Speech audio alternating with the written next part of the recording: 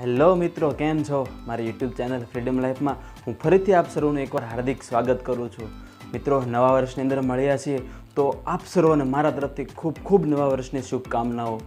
મિત્રો, આજે આપણે એક એવા વિષય ઉપર વાત કરવાના છીએ કે રોજબરોજ જીવનમાં બધાને થતી રહેતી હોય છે, એ એટલે કે ખાંસી, ઉધરસ.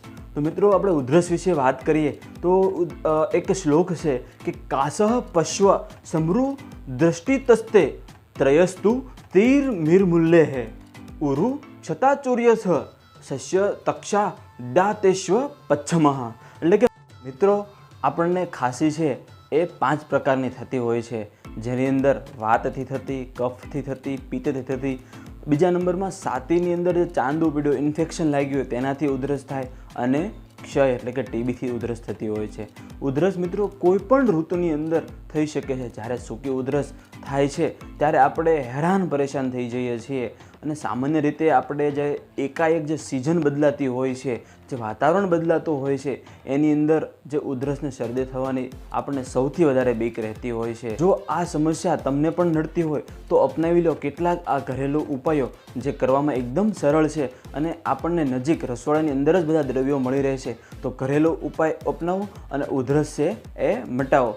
જો મિત્રો, હજી સુધી તમે મારી ચેનલને સબસ્ક્રાઈબ ના કરી તો સબસ્ક્રાઈબ કરી લો. જો તમને આ વિડીયો ગમે તો વિડીયોને લાઇક કરો, શેર કરો અને સબસ્ક્રાઈબ કરવાનું ભૂલતા નહીં. તો જોઈએ મિત્રો કેટલાક ઘરેલું ઉપાય. મિત્રો, સૌથી પહેલો ઉપાય છે જે તમે લોકોએ જોયું છે, અરડુસીનું વૃક્ષ. અરડુસીના 5-6 પાન લેવાના છે અને એ પાનને સારી રીતે મસળી નાખવાના છે, અથવા કટકા કરીને મિક્સરની અંદર એનો રસ કાઢી નાખવાનો છે. અરડુસીનો રસ અને સામે મધ લેવાનું છે 2 ચમચી. આ બંને વસ્તુ સરસ મજાનું મિક્સ કરી દેવાનું અને દિવસની અંદર 2 વખત 2 ચમચી લેવાનું છે, સવાર અને સાંજ. અને એ લીધા પછી અડધો કલાક ઉપર કાંઈ પણ વસ્તુ લેવાની નથી, જેનાથી ઉધરસમાં એકદમ રાહત થઈ જશે.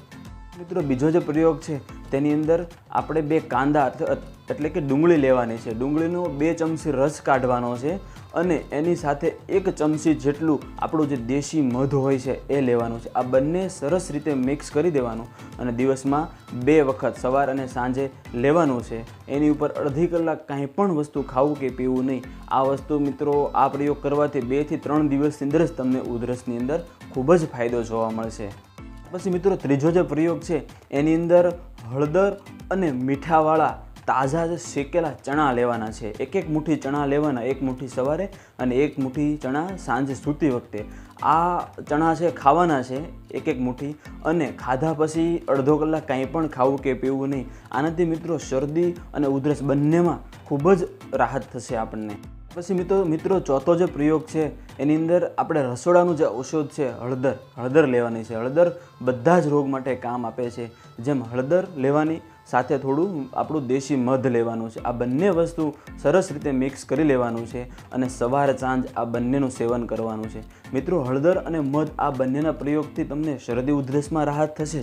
સાથે જે ગળાની અંદર કાકડાનો જે પ્રોબ્લેમ છે એ પણ તેનાથી સરસ રીતે સોલ્વ થઈ જશે. મિત્રો, જે 5મો જે પ્રયોગ છે એની અંદર આપણે દૂધ લેવાનું છે. દૂધની અંદર થોડું હળદર, તુલસીના પાન, અજમા અને થોડું મસ્તું મીઠું નાખવાનું છે. આને સરસ રીતે ગરમ કરી લેવાનું. પછી સવાર સાંજ 1 રકાબી છે આ દૂધ લેવાનું છે. એનાથી ઉધરસમાં ખૂબ જ સારી આપણને રાહત થઈ જશે. તો મિત્રો, આ વિડીયોમાં બસ આટલું. જો આપને આ વિડીયો ગમ્યો હોય તો વિડીયોને લાઇક કરજો, શેર કરજો અને હા, સબસ્ક્રાઈબ કરવાનું ભૂલતા નહીં. આભાર.